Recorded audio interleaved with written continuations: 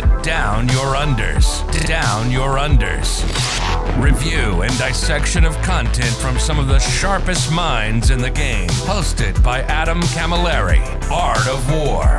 Down Under.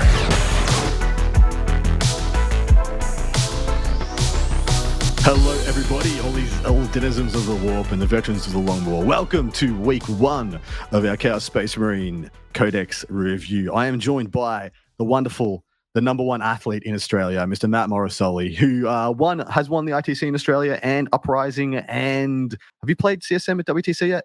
No, I haven't had a chance to yet, actually. It's always been someone else, but yeah, hopefully this year, if I get lucky.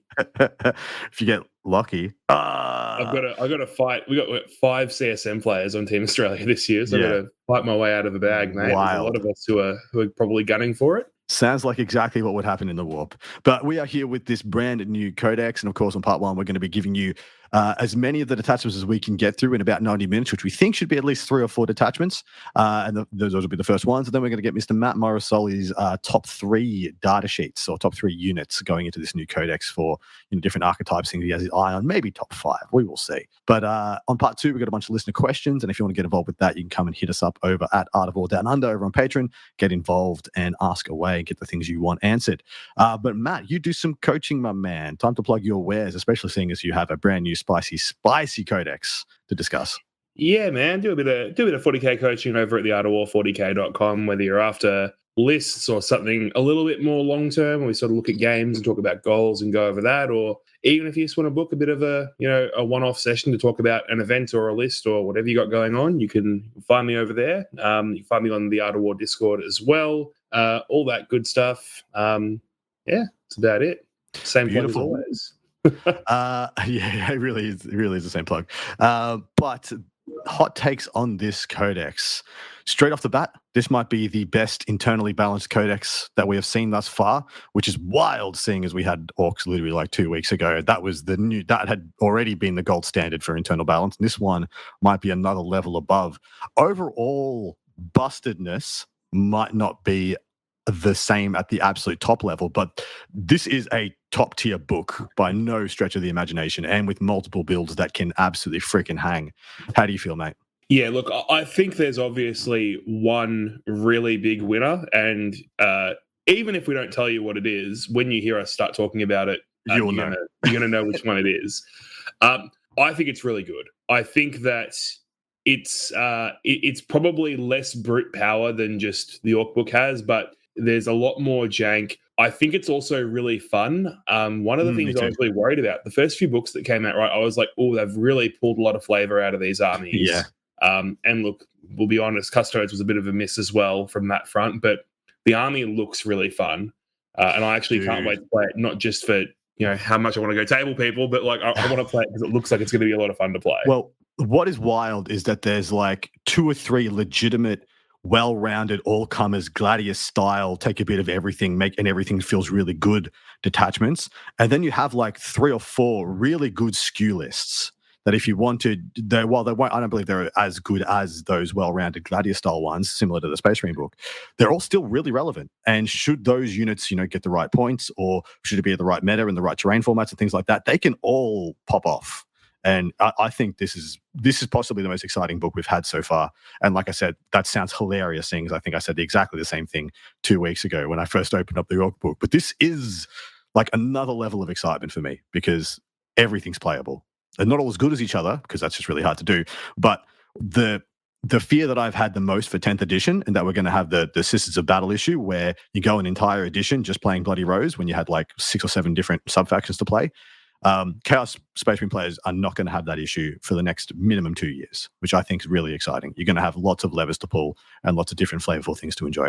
Yeah, I think the best thing about it really is that just each of the detachments, the rules, the enhancements, and the stratagems they've got are all quite strong. And what that means is that even stuff that's bad now, if it gets points updates in the future, kind of unlocks the new army archetype. Yeah, You know, spot like freaking we on, can man. say, for example, like I actually don't know how good obliterators are right now. I think obliterators are pretty mid, but if obliterators go down points, there'll be several places that you can use Dude. them and get Yeah. lots of value out of them. Dude, exactly freaking right. Meta, like, as for if this book just stayed exactly the same with the points it has right now, there are several other codexes that come out that push the meta in certain ways, and this army will be able to take other detachments that will go into those. Like, this is a really beautiful, stable point to be starting from, and that all starts from the fact that they have one of like the most versatile army rules in the game. Have dark pacts changed at all, my man? No, well, yes, as we know them, but the actual rule does not. So it's the exact same. It's a leadership test for sustained or lethal hits. It doesn't matter. It's still the same. It doesn't matter if you pass it or not. You still get your lethal or your sustained. And if you fail, you take D3 mortal wounds. So it's exactly the same as before.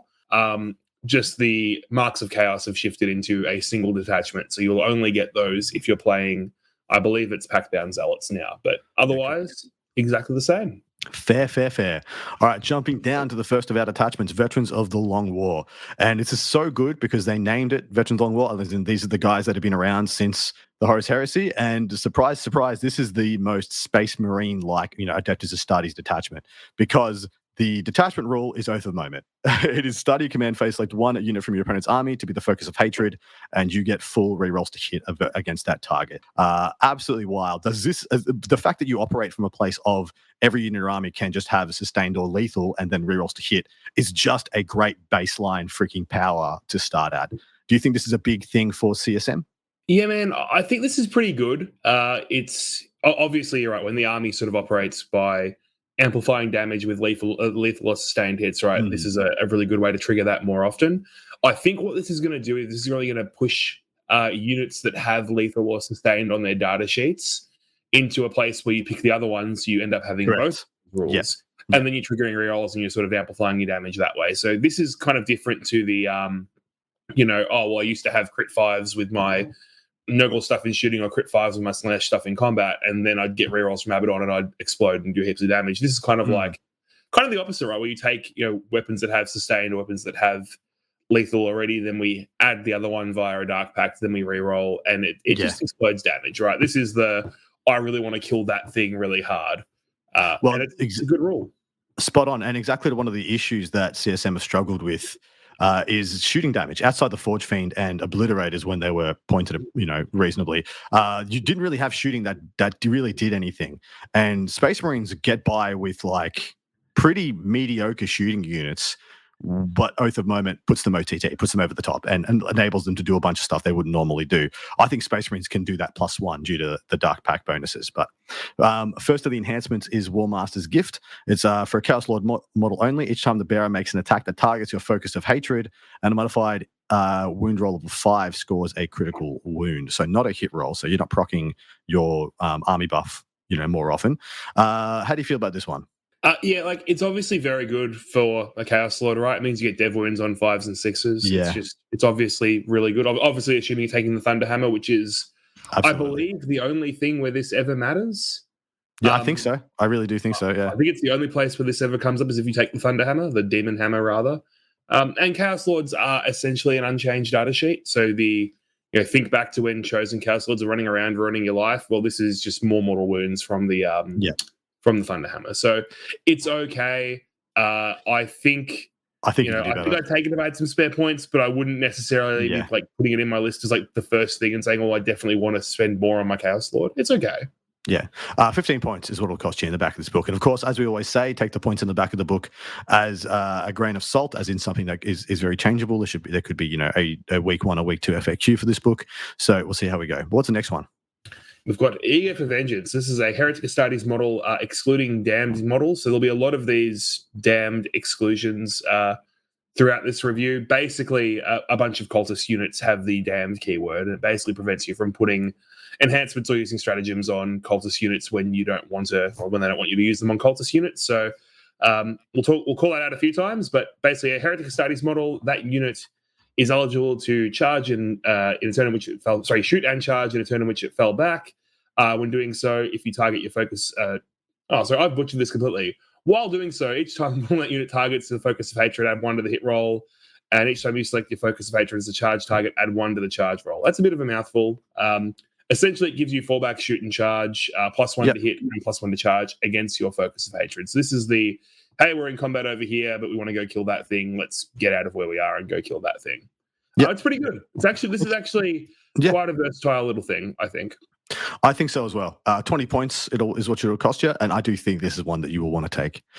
Next up is AOWdu, which I believe is the 10-pointer. Heretic status model only, not damned. While the bear is on the battlefield, each time your focus of hatred is destroyed, roll a d6. On a 4+, you get a CP. Not a bad one. Not a bad one. I do think CP is going to be pretty important for CSM. Just double checking. Yes, it's 15 points. My 15 apologies. This one, This detachment is also the CP thirsty one as well. It is. It really is. What is the last one, mate? We've got Mark of Legend. So this is a Heretic Astartes model again, not a damned model. Once per turn, you can reroll 1 hit roll, 1 wound roll, and 1 saving roll. Or 1 saving roll made for the bearer. So it's okay. Again, you never really need a roll to hit, right? Not in this detachment. Yeah, exactly right. So it's a wound roll or a saving roll. Yeah, I don't know where I would ever use this, to be honest. I don't really see a good place for me to use this. I guess it's kind of cute on a, I don't know. Yeah. I don't know. Like, it's kind of cute on like a bigger character. I guess. I don't know, man. I don't know where I'd ever use this. Me either. I don't know where I'd use this. I mean, do you have any really good psyche powers that will pop off on with a couple of rerolls? Like, I don't actually know where this is going to get value.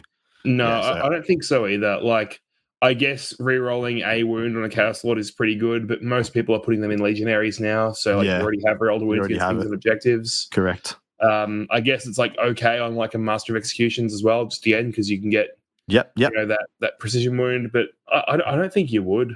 It's probably just not good. All right, and that is a 10-pointer. Next up, we have the 6-packs of stratagems. Naturally, we will let you know when they're battle tactics, although I haven't seen anything in this codex that would let me use battle tactics for cheaper. So I think it's just... there is, Adam, the Chaos Lords. There are 3 types of Chaos Lords, and they all let you do it. Of course. Never mind. I forget myself. Endless Ire is the first up. It is not a battle tactic. It's 2 CP, though, so better be good.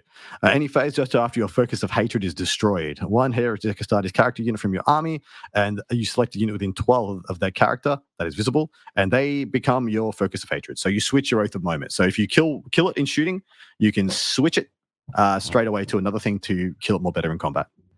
2 CP is a bit steep, but I do not mind this. It's a good tool to have when you need it. Yeah, I think it's very situational. 2 CP is a lot. It is. A lot of the time you'll just be paying 2 CP to get reroll hits in combat, which again is not horrible, but I don't think this is going to see too much use at 2 CP. It'd be great at 1. It'd be amazing at 1. But yeah, you will see by the rest of these strats that this is going to be a pretty thirsty army. What's the next one? But Contemptuous Disregard. This is straight up AOC. It's 1 CP, Armor of Contempt. It's 1 CP though, so CSM players, your AOC is finally not 2 CP anymore. Rejoice. Just like AOC, it is a battle tactic, so freebie and or taxied. Bringers of Despair's up next. This is 2 CP. Start of the fight phase, your unit gets fights first, and that is a banger. That is a problem, Adam, and that is the one you tell your opponent about a lot. Adam, I hate to burst your bubble, but it is the start of the fight phase if you're in engagement range with your focus of hatred. Yeah, it's fight first against one thing. You use it. This is so. This is where I feel like you have a beautiful 4 CP, and I will say, holy shit, 4 CP play, because the other one, the Endless Ire, is any phase just after your focus of hatred is destroyed. So in your opponent's turn, technically, if you kill your focus of hatred and they're about to charge you with Trajan and 6 Wardens, you can flip in that phase for 2 CP onto them with focus of hatred and then dangle Bringers of Despair over their head. I'm not going to say that is ever going to happen in a game, but technically, wish listing, it could. And yes, this is too many T's and C's. But fights first is something you tell your opponent out all the time and don't ever use it. It's very hard to pull off, right? But at the same time, the fact that you have it, though, is almost enough. The fact that you can say to your opponent, well, hey, look, I have fights first if you charge me with that thing. And sure, they're probably not going to charge you with that thing, right? But kind of having it is enough. It's like Overwatch. You don't need to Overwatch things to threaten Overwatch. It's like what threatening the fight first is the same as having the fight first. Correct. Like I said, there's one you tell your opponent about and maybe use it once every 6 games.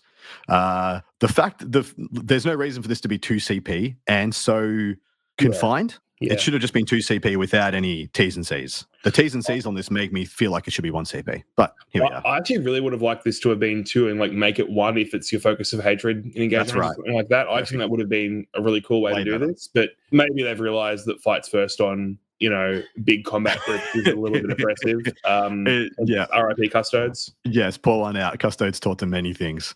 What's the next one? We got Black Crusades. This one you use in your movement phase. You pick a Heretic Astartes infantry unit or mounted unit from your army. Until the end of the turn, your unit's eligible to shoot in a turn at which it advanced or fell back. And then bolt pistols, bolt guns, combi bolters equipped by models in your unit have the devastating wounds ability. You can only inflict 6 wounds this turn using this ability. So you can only do 6 dev wounds no matter how many things you split your shooting at. Yep. But it also gives you advance and shoot and fall back and shoot. So this is pretty good. It's 1 CP. It's actually good. I think it's very good. I think like the dev wounds is, it's nice to have. It's basically like if you've got a unit with a bunch of bolt guns, it's like it's grenades essentially, but you also get fall back and shoot. Yep. It's pretty good. I don't mind it. Well, yeah. I don't love it as a strat that I think is going to get used often. I just love it as the going rate for a similar stratagem is the 1 CP to just do the advance or the fall back and still shoot. Whereas this one gets the kicker of you can do some dev wounds as well if you have the right unit. So that's why I think this is an above average rate for a similar ability. Yeah, I think you look at the meta we're in right now, right? There's a lot of Terminator equivalent models where 6 mortal wounds kind of kills 2 Terminators. It kills half of most of the tanks that are in That's right. Ironstorm. It, kills half of a Knight model. It kills a couple of Mega Knobs. So I guess it doesn't because they got feeling their pain. So it kills no Mega Knobs, but woe is me. Well, but like it's good chip damage, right? And the cute thing is, if you have grenades, you've fallen back and are eligible to shoot. So you can use grenades, right? So you can grenade them and pop off. Like it's actually can be comboed pretty well. Absolutely. Next up is Let the Galaxy Burn. This is a battle tactic. Was the previous one? No, the previous one wasn't. 1 CP. It's in your shooting phase. 1 Heretic Astartes unit from your army that is not a Zinch unit. It shows some foresight here. And I'll tell you why. To the end of the phase, ranged weapons equipped by models in your unit have ignores cover and change the attack characteristic of torrent weapons to 6. So naturally, you can take rubrics into this army, and if you had a unit of 10 rubrics, he would have 60 flamer shots with this strat. So they did think ahead on this one at least. What is the next best viable unit to use this on? Because doesn't seem to be that flamer dense at the moment. I don't know where you would ever use this, my man. Neither. I have no idea. Like all I can think of is things like Helldrakes or like that sort of thing. But those are D6 plus 3 shots. So turning D6 plus 3 into 6 doesn't feel like you're actually winning. Correct. No. I feel like on average you're getting less shots. Correct. You mean for on average, you 1 CP to get less is exactly what I see that as. I think you can get 3 on a legionary unit, but are you paying a CP to turn 10.5 shots on a legionary unit into 18? Probably not. And not taking better guns. You could just take plasmas. You could just take melters. Like you have to take flamers. Yeah, this is an absolute dud. What is the last one? We've got Millennia of Experience. So this is your opponent's movement phase just after an enemy unit ends a normal move, advance, or fallback. Pick a unit that is infantry, a mounted unit, and not a damned unit within 9 of that unit, and make a normal move up to 6. So it's just a straight-up reactive move. Yep. Really good for Terminators. Like really good to help Terminators maneuver around the board a little bit. Less good on other stuff, but reactive moves, as Canoptek Court have shown us, are really, really powerful. So good to have in the toolbox, I think. Yeah, I think so as well. Doesn't quite make sense in this detachment, apart from this detachment trying to echo a Gladius kind of as much as possible. But yeah, it's a weird one to have here because it has homes in other very more thematically engaged detachments further on. But what do you feel about this one? Because I feel like this is the one where it has an extremely good detachment rule and then extremely mid enhancements and stratagems.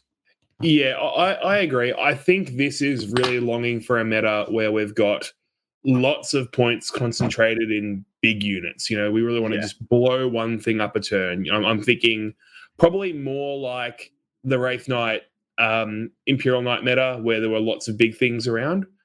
Less so now that there's stuff like Sisters running around with a million different units. Like you don't get a lot of value out of Oath or Spikey Oath in those games. I think it's pretty mid. I think it's definitely fine. I think there's some cool stuff you can do with it.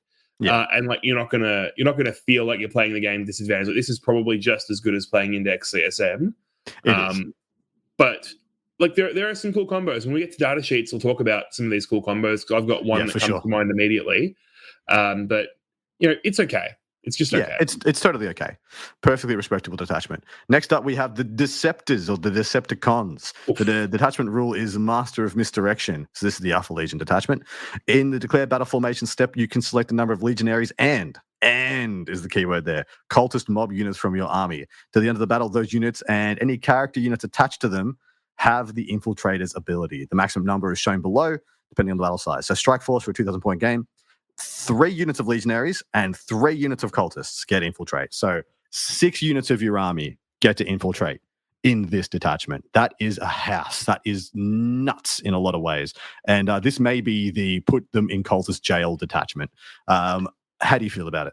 Yeah, this is the go first if you want to have a game detachment. True. Holy moly, is it spooky if you go second into a gun line and you're 9 inches away from the deployment zone? Yeah, like, man. let me just say, mate, Tau will eat this up if you go second, and if you go first, you're winning. Look, Breach this is the army.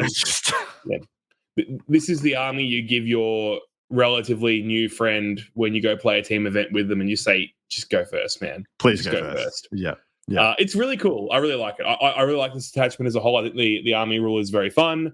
I think that better players will get some cool stuff out of this. Like there'll be some really cool janky tricks you can do with it that isn't just cool. Here's 60 cultists and some legionaries. Good luck.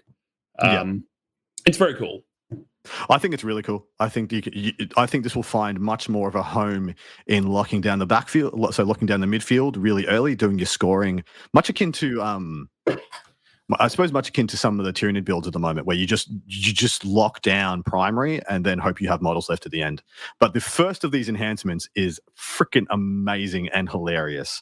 Yeah, so it is falsehood, a Chaos Lord model only, in the excluding Terminators and jump pack models, which kind of stinks, but is what it is. In the declare battle formation step, you can select the bearer to be set up in reserves instead of setting up on the battlefield. If you do in the reinforcement steps of one of your movement phases, just one of your movement phases, you can select one model from a friendly legionnaires or chosen unit on the battlefield, excluding attached units. Like kind of anything attached already. The selected model is destroyed, ignoring any rules to trigger when a model is destroyed. And the bearer is set up as close as possible to where the model was destroyed and only within engagement range for units that are already in engagement range with. They are now attached to the unit. So this is just like a spicy, weird Sanguinor. And it is hilarious what you can accomplish with this because it's just in your movement phase. So so much jank. Please unpack this for people. I want to tell you how much points it is whilst you do so. Yeah, look, I think it's actually worse than it sounds, but it is very cool, right? Because it doesn't let you put a second leader in a unit, which, again, that would make it really, really good. Obviously, what it does is it lets you take like 2 units of legionaries that you infiltrate, and then you move up somewhere and you pull the Chaos Lord in to one of those positions. It's kind of good for that. It's kind of good if your opponent has a bunch of precision and they kill a character out of a unit and you just pull it out. Yeah. What's also really interesting, right, is you don't have to use it. You can have a Chaos Lord that's in strat reserve, and if you choose not to use it, you can still just have the Chaos Lord walk on. So like it's almost like a bit of a mind game in that way that you don't have to just pull it out. You can just rapid ingress the Chaos Lord and then go and donk stuff with it. But it's pretty cool, man. Like it's pretty cool. I think that it's less good in practice. I think when I first saw this, I think I messaged you. I'm like, "Holy crap! Dude, this is amazing!" Yeah. And now I'm like, it's okay. It's very cool though. It's very freaking cool, and it's only 10 freaking points. I really wish it worked on jump pack models. Like I really wish it let you do a jump pack Chaos Lord, 100%. Get multiple units of Raptors, and then just have one of them be like, "Hey, cool! Now I'm a spicy unit." But unfortunately not. That's exactly what I would have wished as well. All right, what's the next one? We've got Cursed Fang. So this is a Heretic Astartes infantry model only. And you increase the AP by 1 of all of its weapons. It's melee weapons only, sorry. And you get precision. It's pretty good. I think precision is underrated. It's pretty good. Yeah.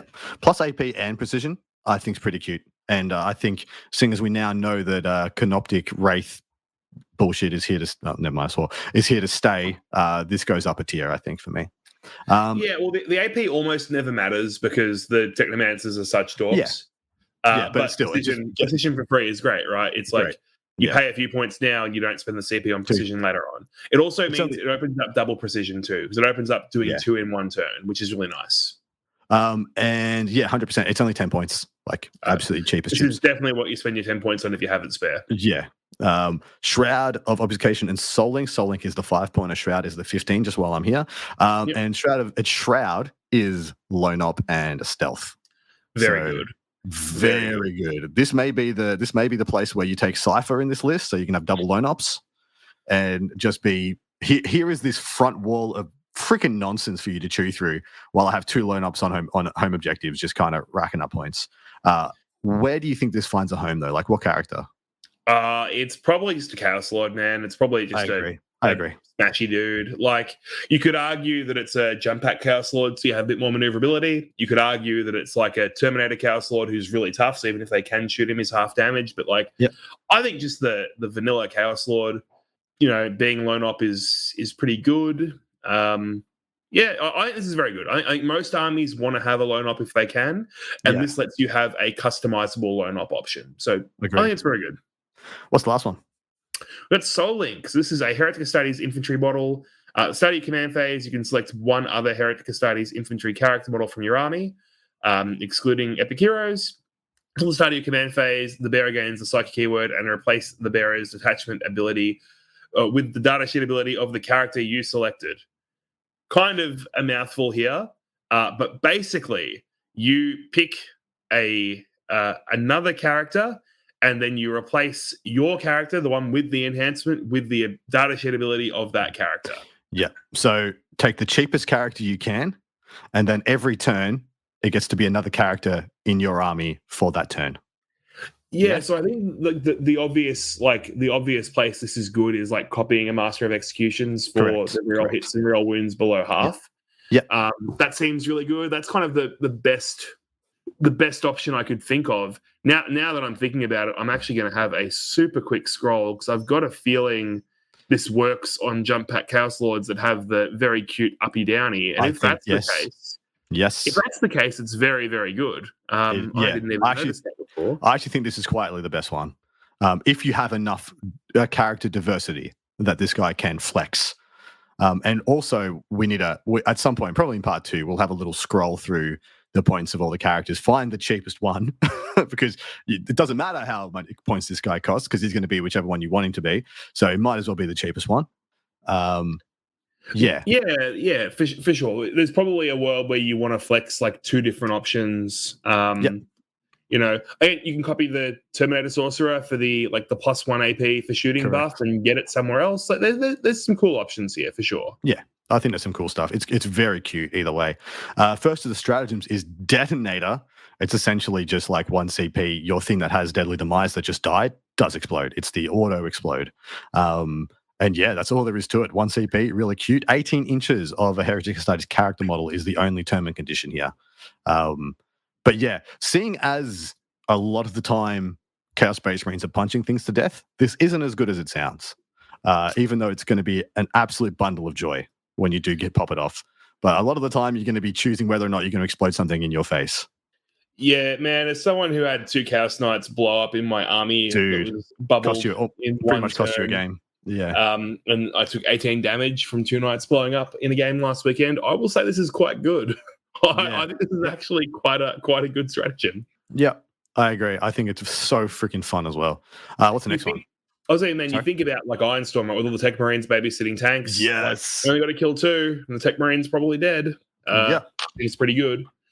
Next up, we've got From All Sides. This is very cool. So the start of your charge phase, you pick 1 Heretic Astartes unit from your army. Until the end of the phase, you get to add 1 for charge rolls made for that unit for every other Heretic Astartes unit from your army that made a charge move this turn. So you pick a unit, you roll some charges with some other stuff, you get up to 3, and then your unit can have a +3 to charge. 6-inch charge from reserve. Absolutely right. That's what I read there. 6-inch charge from reserve. Yeah, that's all I read there. Other things. Doesn't have to be the same charge either. It's like charge anything. It's just for units that made a charge move. So get those rhinos charging, get everything charging to get +3 from reserve. It's very, very good. Yeah. It's a battle tactic as well, which is It's 1 CP extremely too. cute. Very good. Yeah, So it's very good. free use from a Chaos Lord here as well, so you can like double up. It's actually very good. Free use counter at 1. Pick them off. This is a battle tactic also, 1 CP. Your shooting phase, 1 Heretic Astartes unit from your army that has not been selected to shoot this phase. Until the end of the phase, each time a model unit makes an attack that targets a unit that's below starting strength, you can reroll the hit roll. Below half strength, you can reroll the wound roll as well. So this is a great finisher of CP for that thing that you're not quite sure if you're going to kill and you don't want to take the chance that you're not going to. So you just sight the CP down, make sure it happens. It's only shooting phase though, which, if you're shooting a 5 phase, this thing would be cranked, but is what it is. But it works on anything. So it works on like tanks and stuff, which is very nice. It's basically a master of executions, right? That's what it is. You get to put a Mo in your Forge Fiend. Correct. And how good is it? Like you can just like shoot a couple of bolters to pop a wound off something and then get 4 rolls to hit on your Forge Fiend, or throw grenades first and just guarantee a couple of damage to get 1 CP 4 rolls to hit. I actually think it's quite good. Yeah, I agree. I think it's a very good stratagem. It's probably going to get a lot of use here, I think. We got Coils of Deception next. So this is in your movement phase, just after a Heretic Astartes unit from your army is selected to fall back. You get to shoot. It's pretty. See what I mean? See what I mean about that previous strat, the one where you get the 6 mortal wounds? Yeah. Because this is other strats that exist in a multitude of other books. It's just 1 CP to just shoot and fall back. Yeah. It's okay. It's obviously worse than that one. I have a feeling it's not going to get that much play in this army. I think the kind of stuff you want to build around doesn't really care if it falls back and shoots. Correct. Admittedly, it does work on damned units, so you can use it on your cultists, so you can actually fall back and shoot with your cultists. But really, fall back and charge under the money shot here with an army that wants to infiltrate and get up in your face and stuff. But it's okay. Totally agree. Relentless Pursuit is up next for 1 CP. Your opponent's movement phase, just after an enemy unit ends a normal, advance, or fallback move. 1 Heretic Astartes infantry or mounted unit from your army that is within 9 of that enemy unit and is not in engagement range, you get to make a normal move of 6. So it's another reactive move. And it makes all the sense in the world for it to be in this detachment. Very good. Yep, 100%, man. It's the same as the other one. It's still very good.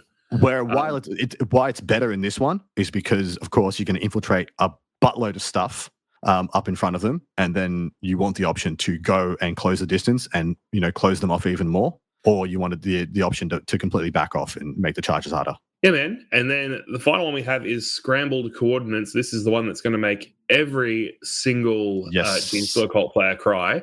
Mm-hmm. 1 Heretic Astartes unit from your army, and Grey Knight. They still shoot you from a long way away, but sure. Heretic Astartes unit from your army until the end of the phase. Enemy units cannot be set up from reserves within 12 inches of your unit.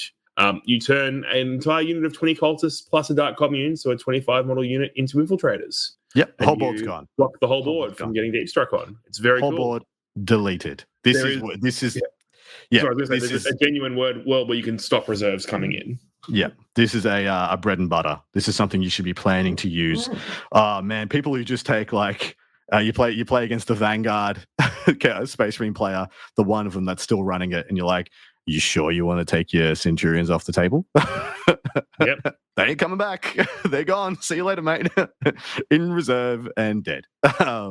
This is wild, and this is a build around. This is a reason to take maxed out cultist units more than anything else. This army already encourages it, right? Like it already wants you to take 3 units of cultists. Yep. And this is just another good reason to do it. Yeah, and thank God it says cultist mob, as in the cultist mob data sheet, and doesn't leave this open to be taken by a cursed cultist. Otherwise, the game would be over.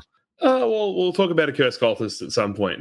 We will. Less so than I think they were before. But yes, it's they are. They are. They're still very good. But how do you feel about that detachment as a whole, now that we've got the whole package under the microscope? Yeah, really cool. I think this is one of those ones that good players will get a lot of value out of. I think it makes really good skew lists for team events, just shoving a million things in front of your opponent. It's not very killy, admittedly. It's probably the least killy of the detachments. Maybe not the cultist one, but pretty close. But it's very janky. I really like it. Well, you're absolutely right. Outside making your opponent's stuff blow itself up, there's only one strat that gives you any damage increase, and that's to pick them off, and you have to have already done damage to them for it to even activate. So you're absolutely right. This is the least damage dealing, but man, the jank on this thing is off the charts.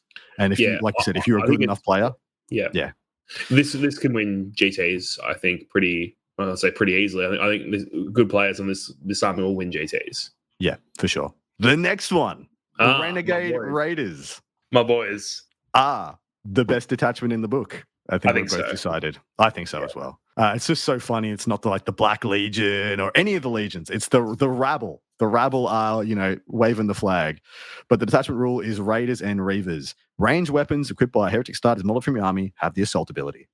Oof, Full stop. that would Bang. be great. Already That would be good. really good. Oh, Don't yeah, tell me there's wonderful. more.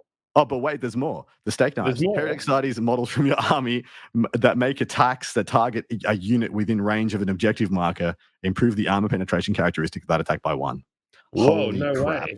Holy it's crap. It's outrageous. It's very good. So good, man. Are you telling me all the things that you want to be doing in 10th edition, a la moving as far as possible and clearing objectives, this detachment just gives to you on a silver platter? Wowee.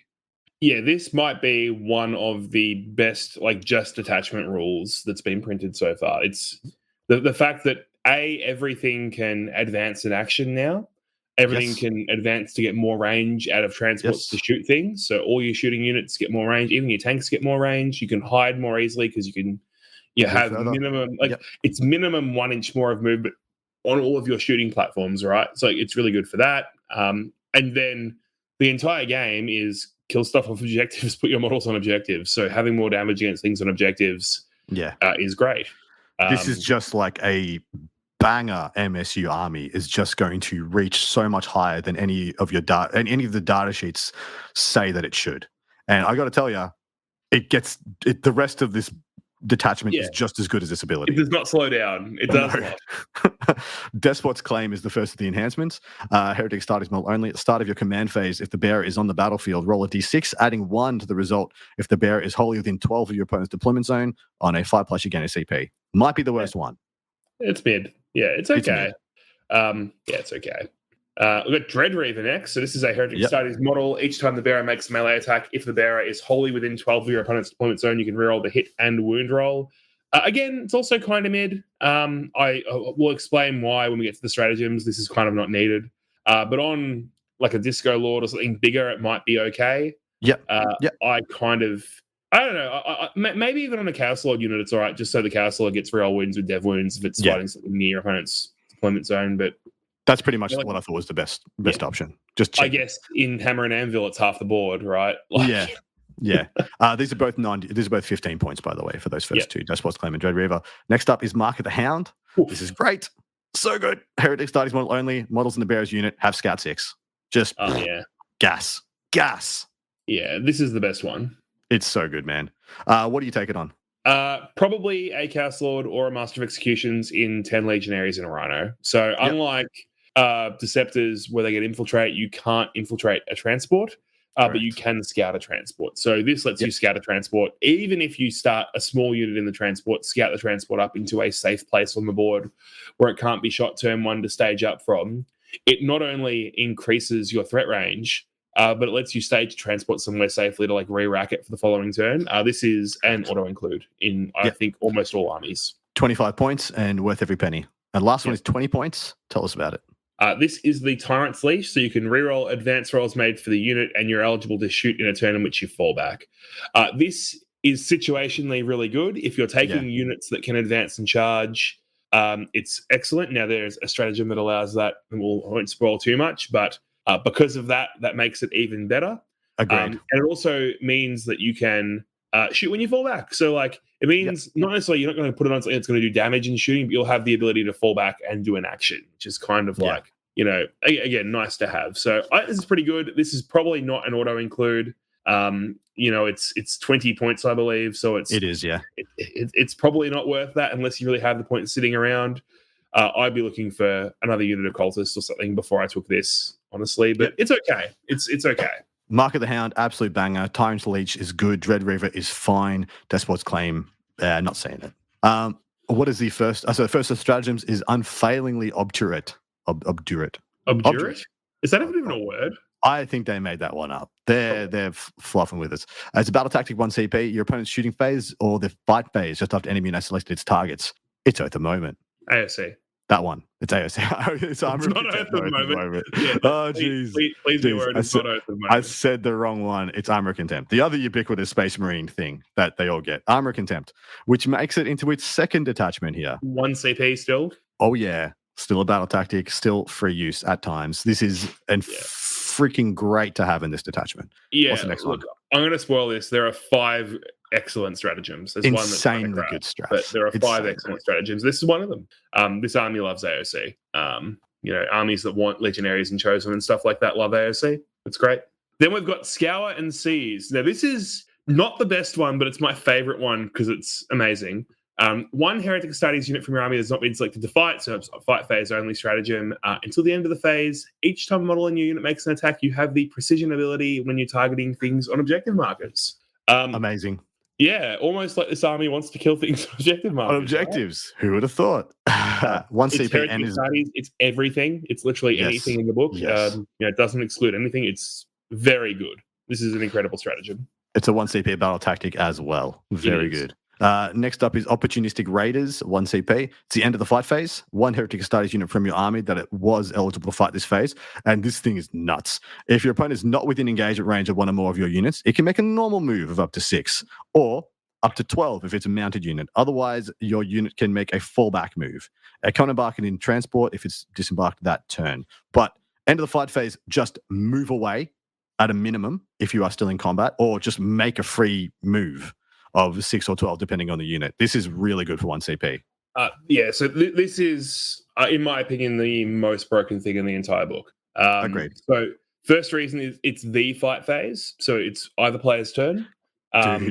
If someone charges you and you heroically intervene with a unit, and there are ways to get free heroic intervention with units that have that, for example, and you kill them and you get a pile in, and then you use this and you get a free move, and then you move in your turn and go kill things, it's busted. It's absolutely busted. It also gives you a free fallback, and I'm going to kind of spoil my favorite unit in the book now, but Warp Talons have a uppy downy, and this means if you are somehow stuck in combat, you get to move and then leave. Teleport. Yeah, and TP out, pretty much. You can go charge things, then walk on the other side of the wall. You can go charge things and then use this to get an extra 6-inch move to go get on people's objectives. You can charge. It's Heretic Astartes unit, man. It works on cultists. You can charge cultists into a transport, wrap the transport or whatever you want to do, not take any damage, then use it to fall back and then wall your opponent off. This is a broken stratagem. This is the best thing in the book. If it was 2 CP, you would still use it all day, every day. It's absolutely correct. Yep, and it is not a battle tactic, so it can't be made free, but also can't be taxed. This is the bread and butter. This is the build around. You should be making use of this as much as possible. It's the best thing we've seen, probably since Phantasm. I think it's arguably better. Again, maybe not. Maybe I'm going to get laughed at a little bit in the comments or whatever here. Phantasm didn't have to happen in the fight phase, and you didn't have to be eligible to fight. That's the only reason I'd say Phantasm is equal or better. Yeah, but this you can do in your opponent's turn. I know, it's so dumb. This you can do if you have a combat unit that gets tagged. But man, the other use for it, right, is they come and they charge something and they tag your transport or whatever. You can just fall back. You can just make a fallback move, and they can't do anything about it. Correct.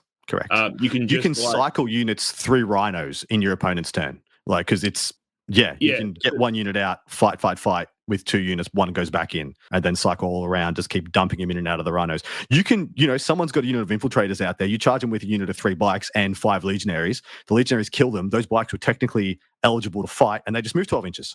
Yeah. They just move 12 inches, whatever.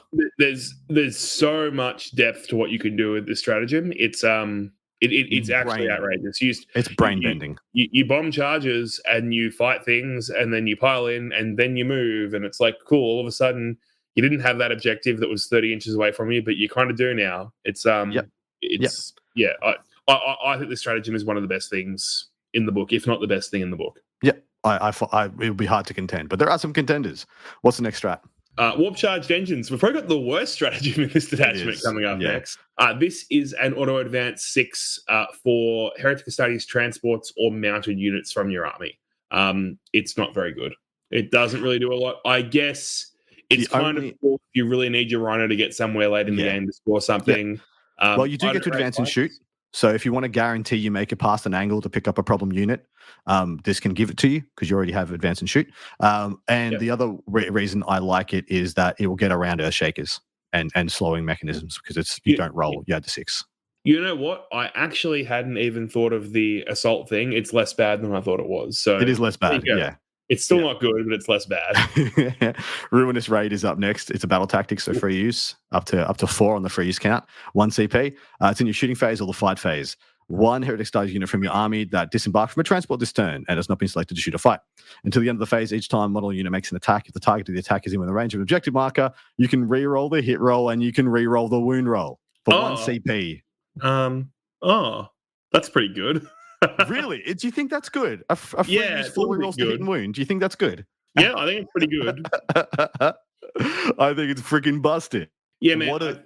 This is Codex defining, right? Because it's like you do more damage than the units did before because you have the extra AP, and now you have access to this strat that's 1 CP and it's a battle tactic, so you can double up on it. And then you have jank after you've gotten into combat with the extra moves and stuff like that. It's outrageous. It's very, very good. You can make a unit of legionaries do so freaking much work in this book. And, but what else is good that goes into transport? I mean, of course, there is Chosen, but Chosen are at a pretty unpalatable price point. What are their options? Corn Berserkers are really good, man. Corn Berserkers get the Heretic Astartes keyword in this book. They take these buffs really, really well. That's pretty good. Dude, they take the extra AP. Oh, wow. Yeah. Throw off the extra AP. They really like it. Dude, that's wild. Yeah, it's like that's pretty good. Like I said, Legionaries, Chosen, both very good. It really just comes down to characters, right? Like it's really just characters using Legionaries to get rerolls to wound. You don't even need it here. So it's primarily going to be Legionaries, Chosen. I think Corn Berserkers. I agree. Do Corn Berserkers in this book still have the Blood Surge move? They do. Just thinking about the dumbness that a Corn Berserker unit can do with Opportunistic Raiders, Blood Surge move, auto advance 6, rerolls to hit, rerolls to wound. Holy shit. Yeah, man. It's pretty dumb. Wow. My brain just exploded. Wow. All right. We have one more. We have one more in this pile. Last one we have is Reaver's Haste. So this is using your charge phase. 1 Heretic Astartes infantry or mounted unit from your army. You get to charge in a turn in which you advanced. Oh, wow. Can you think of any other units that might like this stratagem? Oh, wow. Really? Yeah, and you also, because that's not enough, get +1 to charge against any targets that are on objectives. Yep. And that auto advance 6 is looking better and better because it doesn't say you can't charge after it. So, yeah. That only works on transports or mounted units. I don't think you'd ever really do bikes, but yes. Yeah. It would be so funny just ramming rhinos into people. But anyway, advance and charge is the last cherry on top of this incredible ice cream sundae that is going to put this into the near S tier of detachments in the entire freaking game. But this detachment has it all. Yeah, dude, it's it has complete. It all. Yeah, it's holistic. It has movement buffs. It has AP buffs. It has reroll buffs. It has jank. It's everything. It's so nuts. Yeah, this is an army where you can play okay units and get the absolute maximum value out of each one. Dude, I'm not sure you can make it as long as you take infantry and transports. I'm not sure you can make a bad list. I'm not convinced you can make a bad list with these rules. Yeah, these strats turn up even average damage to 11 pretty well. They're very, very good. Dude, rerolls to hit and rerolls to wound in shooting or fight phase if you disembarked, plus you have Dark Pact, and extra AP. Oh, man. Oh, dude, it's just so wild. And you could be advancing out of those transports and shooting, no problems if you need to get angles. Man, my God.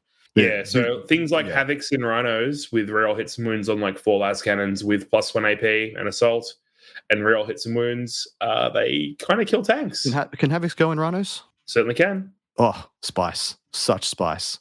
My body was not ready. My soul was not prepared. For some reason, CSM Rhinos can put Heretic Astartes infantry in there, but Thousand Sons Rhinos can't put cultists in. But you can here.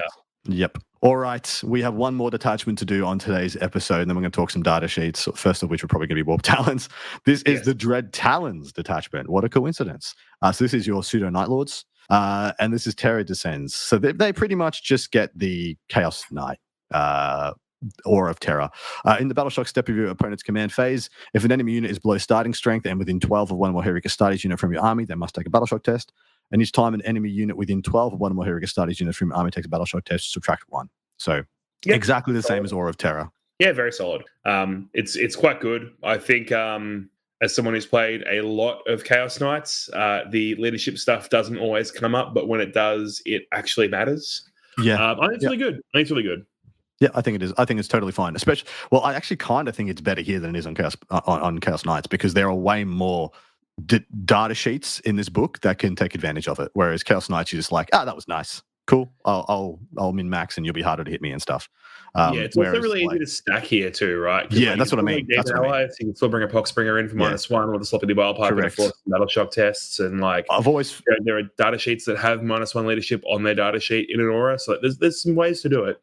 That's exactly what I meant. It's very hard in a Chaos Knights list to lean into that ability. It's like you're just happy when it happens. Whereas here, I feel like you can really dive into it. What's the first of the enhancements? But Knight's Shroud. So this is a Chaos Lord model only, not a Terminator Chaos Lord. It gives you stealth. It's okay. That's again the first thing you do if you have some spare points left over. Checking how many points that is. It's 20. Oh, probably not. No, probably wouldn't spend 20 I wouldn't points on for 20 that personally. Yeah, I wouldn't, unfortunately, for 20. The next up is Willbreaker. Heritage Astartes model only. In the fight phase, after the bearer has made an attack, select one enemy unit hit by one or more of those attacks. That unit must take a battle shock test. I don't hate that for flipping objectives on things that you don't think you can kill.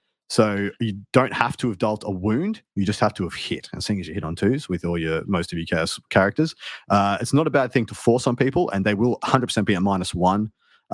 For those battle shocks, because the second paragraph of Terry Descends is that any battle shock within 12 units is at -1, and there's other ways to stack it. So for flipping objectives on hard to kill units, not a bad idea, but the timing is weird. I wish it was a charge phase ability so that they couldn't be, interrupting, armor contempting, stuff like that. Yeah, this is a 10-pointer. It's probably pretty good if you have 10 points spare. Yeah, I agree. Already want to leverage that. Yep, agree. What's next one? We've got Warp Fueled Thrusters. This is the one that was previewed today or yesterday or whenever it was. It's very recently. People have been talking about it quite a lot. This is a jump pack Chaos Lord. At the end of your opponent's turn, if your unit is not within engagement range of one or more enemy models, you can remove the bearer's unit from the battlefield and place it into Strat Reserve. Very good. Points. Very good. Admittedly, look, one of the big problems with Chaos Lords and jump packs is they only go in Raptors, and Raptors are an okay unit. That's kind of as far as they get. They're an okay unit, so it's okay. But I think this ability is really good to have. You're going to play this army. This is something you probably want. I agree. Yeah, I agree. If you're going to play this army, I think you're just doing this. Eater of Dread is the last one. It is 15 points. Heritage Astartes model only. At the start of your command phase, if the bearer is on the battlefield, roll 1d6, adding 1 to the result for each battle-shocked enemy unit that is on the battlefield on a 5+ again SCP. Whilst cute, so much of that is out of your control that I feel like. But I mean, if you battle-shock 2 units, this is a 3+ CP, which is pretty good, really. So there is that. And I feel like this is an army, but I do feel like this is an army that can play tactical or fixed very reliably. So it may be very good if you're planning on a fixed strategy.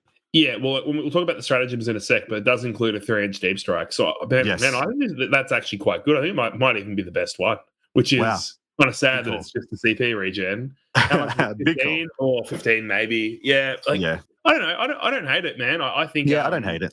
I think having extra CP in this sort of army is nice. Well, the fact that it's still a 5+ just all the time, and so you will yeet a 5+ once or twice in a 5-turn game, but it's one that you want. So you have to be on the table to do this, right? You're not going to be if the bearer's on the battlefield. You can't be jump pack lord in reserve for 2 or 3 freaking turns and then come down and expect this to pay off.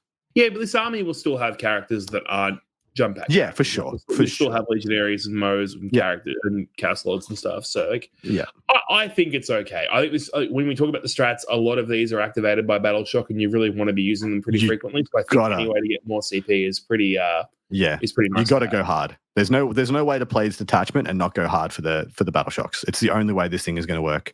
Sure. But when it does pop off, it should get spicy. What's the first stratagem? We've got Depthless Cruelty. So this is in the fight phase. 1 Heretic Astartes infantry unit from your army that hasn't fought yet. Each time a model makes an attack that targets a unit that's battle shocked and or below half strength, you can increase the AP by 1. It's fine. Nice. It's okay. Yeah. I don't mind it at all. On things like Warp Talons, it's really good breakpoint of because they go from 2 to 3 AP, right? Yeah, and it's also a battle tactic. So with Chaos Lords, it's a free use strat, so it's pretty good. Up that free use counter. Next one is Bloody Example for 1 CP. Fight phase just after a Heretic Studies unit from your army destroys a character that Heretic Studies unit. Every enemy unit within 12 of and visible to your unit must take a battle shock test. That's kind of cool. Well, me playing guard at the moment with little squishy nonsense characters are all over the place, that can be terrifying. Yeah, the timing's really awkward though, right? Because in your turn, it almost doesn't matter. It's kind of okay in their turn, but like thinking about when this is actually going to get activated, I don't know when this is going to get used. You can use it to stop an interrupt, right? Technically, if you have two fights next to each other, you fight first, battle shock the unit that was going to interrupt. But you're right, it is an awkward timing for sure. Yeah, but it is the fight phase, so it can happen in either. You can do this in your opponents. Yeah, man, but like think about what has to happen. They have to charge you with a unit with a character. Correct. They have to not kill you. Then you have to kill their character. Correct. Yeah, no, I think it's too niche. I don't like it. Fair. Next one. We've got Pitiless Hunter next. So this is in the shooting phase. Heretic Studies infantry unit from your army that hasn't shot yet.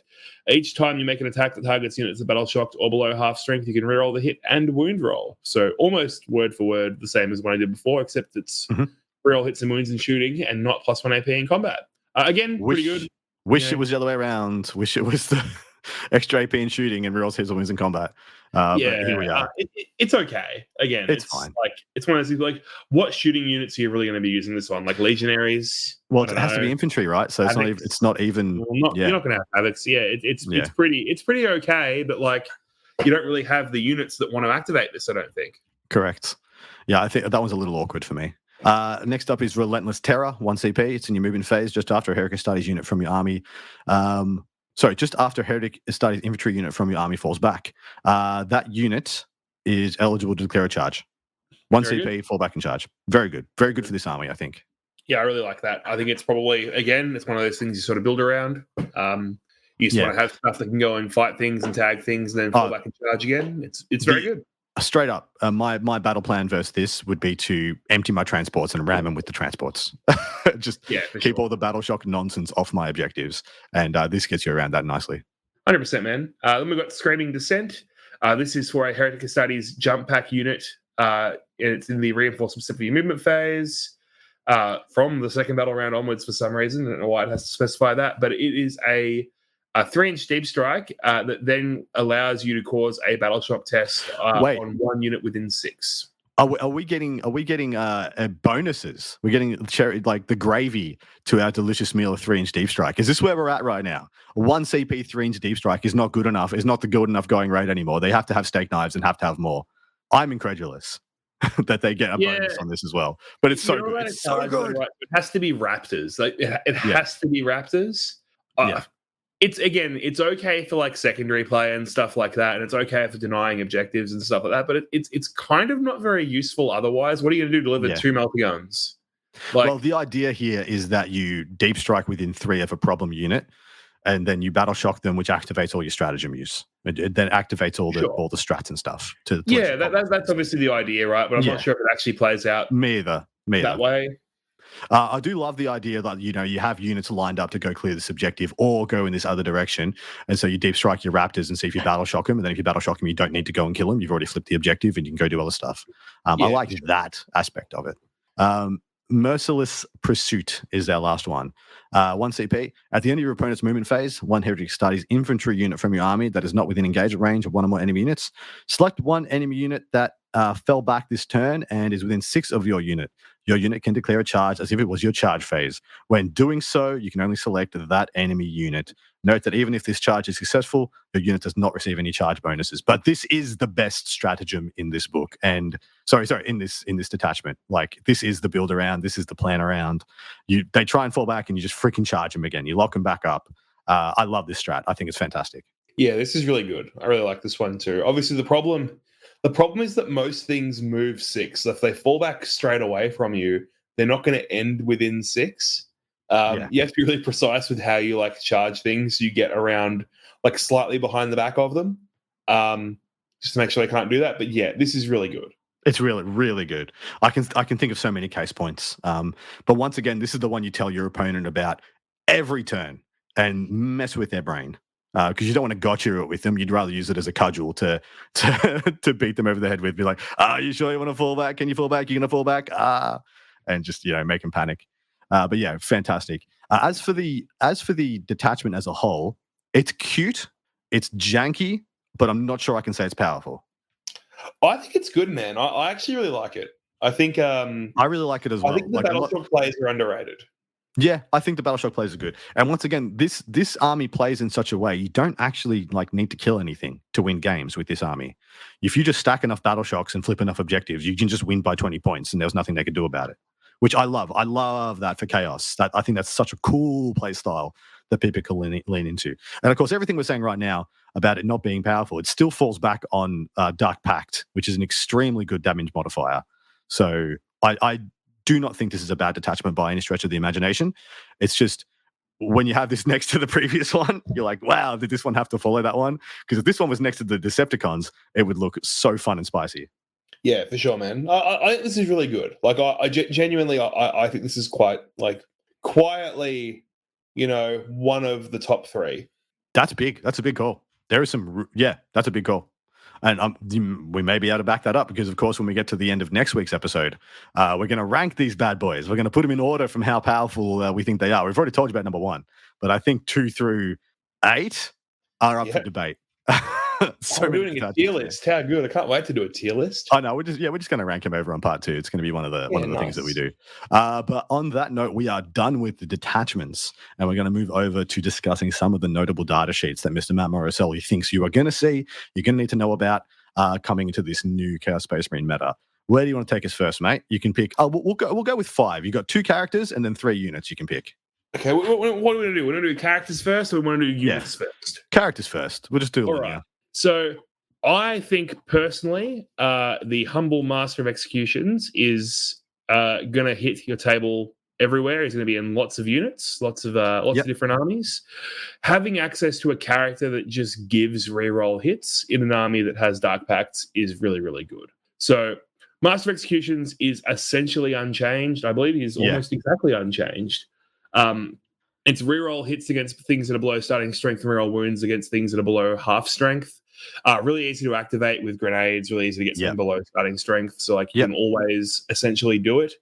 And he has free precision. If he kills a character, you get a CP back. So if you ever have to spend the CP to grenades and get it below half strength, you can kind of refund it that way.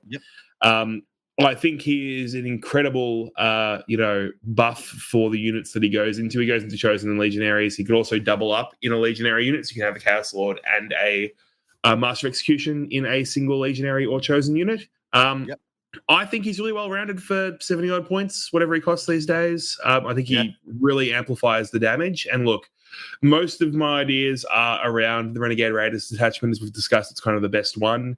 And getting +1 AP against things and objectives makes his axe hit just a little bit really harder. Good. Yeah. He's also a really good target for the crit 5 to wound from the Veterans of Longwall detachment as well, because you get dev wounds on 5s. I think he's really well rounded and really good, man. I think he's going to see more play than he did in the previous edition. I think that's a very good call. What's the next character? Yeah, so a couple of choices. I hadn't really ranked my top 2 characters. I think the Humble Chaos Lord is still really good, but I might give a little shout out to old mate Huron Blackheart here. I think the ability to put some more stuff in reserves in a few detachments is actually quite good. I think the +1 OC on a unit is really good. I think there's a lot of stratagems here that just kind of amplify his value. The fact that he has a reactive move that you can kind of combo with the fight phase move as well is really, really good. I think it's spicy as hell that you can do that. You can do both. I think he adds a level of jank to the already janky armies that you kind of don't have. And I think, look, I'm sort of in that prep stage of WTC, right? And I'm looking at stuff that is a bit strange and a bit weird and lets you play into weird matchups. So this lets you put a boatload of your army into reserves, right? Yeah. I think Old Mate Huron is up there. Maybe he's not an auto include. It probably depends on what they do with his points cost. But he actually hits pretty well with the extra AP too.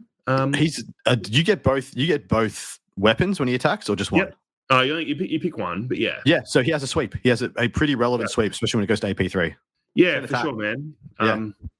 He's definitely just okay. Look, The Chaos Lord is probably going to be more relevant because free stratagems in this book are going to be a really big thing. Crazy. Like people are just probably going to play Chaos Lords, but you know what? Chaos Lords are boring. Everyone's been talking about Chaos Lords for ages. Let's talk about old mate Huron with his big fist.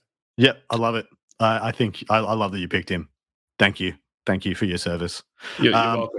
Shout out to Harkin World Claimer, who once again maintains his place as the most awkward of data sheets, because of course you would want to take him in the Night Lords one, because that's where the jump packs get the most thing. But he's got a nombo because his Herald of the Apocalypse aura is the detachment rule for the Warp Talons one, for the Night Lords detachment. He's just like an aura of Chaos Knight army rule. And so he's just a number. However, the unit of Raptors does have a stacking -1 that stacks Correct. with the army rule. So you can get -2 that way, or -3 with the Poxbringer. And no one wants to be leadership 7 with -3 around. No, they do not. But once again, pour one out for Huron. For Harkin. It's just hilarious. All right, data sheets, ones that are not characters, mate. Where do you want to take us first? Number 1, mate, the best data sheet in the book is the Warp Talon. Oof, big call, huge call. Is it a huge call? I think it's pretty obvious. I think this data sheet is absolutely cracked. All right, let me tell the people the story. Movement 12, toughness 4, 2 wounds, 3 up armor, 5+ invulnerable save is standard. They have 4 attacks that are twin linked, hitting on 3s at 5, 2, 1. So natural lightning claw, good stuff. Deep strike and dark pact, of course. At the end of the fight phase, if this unit was eligible to fight this phase and is not within engagement range of one or more enemy units, you can remove this unit from the battlefield and place it in strategic reserve. At the end of the fight phase, doesn't matter whose. So you can go back in yours and then rapid ingress straight back in your opponent's moving phase. It is such a good combo. But tell us more, mate. Let me paint you a story, like a Renaissance picture, if you will. You've got 30 Warp Talons in your army, and your opponent is being really annoying, and they keep putting shit on objectives to try and score primary. All you have to do is send all 30 Warp Talons at their unit and kill it, and then go away, and they don't score primary.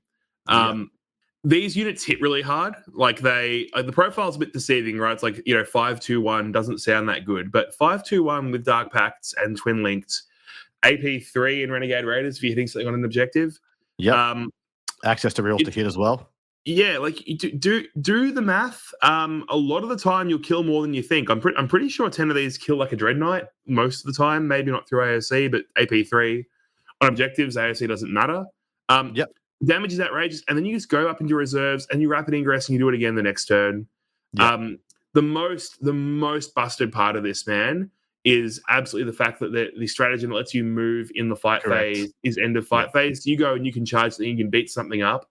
And even if they heroic into you, or if you don't kill what you charge, you just use the CP to fall back, and then you go back up into reserves. This unit is outrageous. It's going to be in most armies, I think. It's the best data sheet in the book, I think. When was it AdMech last edition that were doing stuff like this with 10 Ruststalkers or whatever it was, that were coming down, killing stuff, going back in reserve, coming down, killing stuff? Was it AdMech? And we had to nerf the crap out of that. Someone was doing this. Not in the same turn, though, I don't think. No, I don't believe it was in the same turn. Because this is completely, if your opponent doesn't have indirect, it's completely non-interactive. Non-interactive, yeah. It might as well be indirect fire. Like, it might as well be. Yeah, absolutely. Well, it pretty much is, right? Yeah, it's a little bit outrageous, I think. Yeah, I do agree. What's your next one you want to spotlight? So I am a really big fan of the Predator Destructor. Me too. The Predator Destructor in Renegade Raiders gets assault, so it gets to move fast and shoot you. Against infantry targets on objectives, it has AP3 heavy bolters. Yes. AP3 autocannons. It's actually a little bit silly. You still have lethal or sustains, even if you're shooting stuff that like you don't normally kill. You're shooting at tanks or something because there's no infantry units to shoot at. You have lethal. You have AP2 even, on the other stuff if you're shooting a target on an objective. I think this unit's solid, man. This unit is really, really good. For the points you pay for it, I think it's outstanding. Yeah. I think it definitely takes the place of the Forge Fiend. You may still maybe take one Forge Fiend someday, somehow, some way, but the Predator for the points is so much good value. I love it. I think go that out. 100%, man. I think it's really, really strong, really, really good value. All right, one more, mate. I'm going to give you Chaos Spawn. Interesting choice. Yay! No. Everyone I don't know. I don't know if Thousand Suns and War Leaders Chaos Spawn are OC 0, but Chaos Space Marine ones are. So I guess that's the thing now. But they have an aura of units within 3 have -1 OC. So this is a unit that moves 8, walks through walls, so it's a beast, and basically goes and stands near something. It's kind of hard to kill and has -1 OC. This is really good at protecting your backfield from stuff that wants to dive you. I think in the mirror, it's actually going to be quite big because you'll be able to make Legionaries OC 1. It also doesn't say a minimum of 0, which is really important. So it can make things OC 0. I think Chaos Spawn are really good. Yeah. I've long thought Chaos Spawn were a fringe choice that in some metas made a lot of sense. But there's just always been better choices. Well, right now for Chaos Space Marines, I think Chaos Spawn are a great idea. We go before this Codex, after all the nerfs, I thought Chaos Spawn were fantastic in that book because you just needed a resilient thing that wasn't a tank. And yeah, 5 up, feel no pain, toughness 5, 4 wounds, very respectable. Pseudo. Move 8's good. Yep. And like you said, the -1 OC aura to no minimum of 0 is kind of wild. Yeah, all right. In Renegade Raiders, they're AP2 because it's a AP2, man. Unit. Yep. It has assault too, not that it has any guns, but has assault. What I love is that they can go charge an objective, clear the objective with relative ease, and then your opponent pulls Storm Hostile, and you're like, I'm OC 0, baby. I didn't control it. Yep. It's on mine. I love that stuff. I think it's so cheeky. I think it's really good, man. I think making stuff -1 OC is great because if your opponent ever wants to hold anything with an OC 1 unit, you can just say, even if I don't kill you, you don't hold this objective. Yeah, you get nothing. I think it's very cute.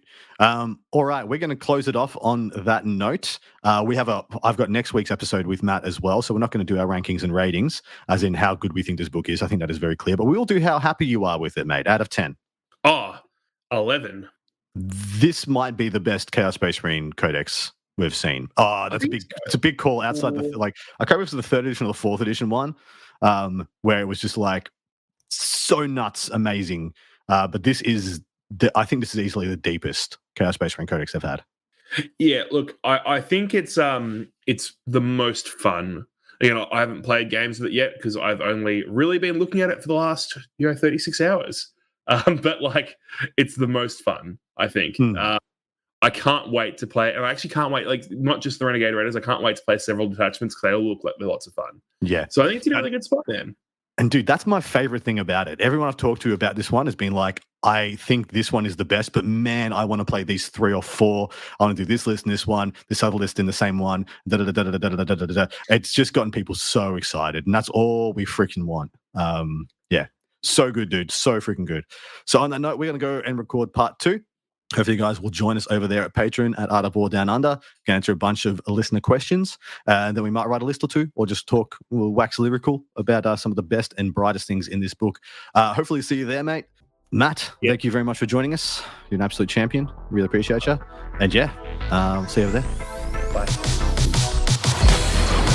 Thank you for listening to Art of War Down Under, a content review podcast for Warhammer 40K, hosted by Adam Camilleri, produced by Seamus Ronan. Enjoyed the show? Want your lists reviewed and the content you heard put into practice? Sign up to our Patreon and connect with us online or on Facebook. Just search for Art of War Down Under. Signing out from tomorrow.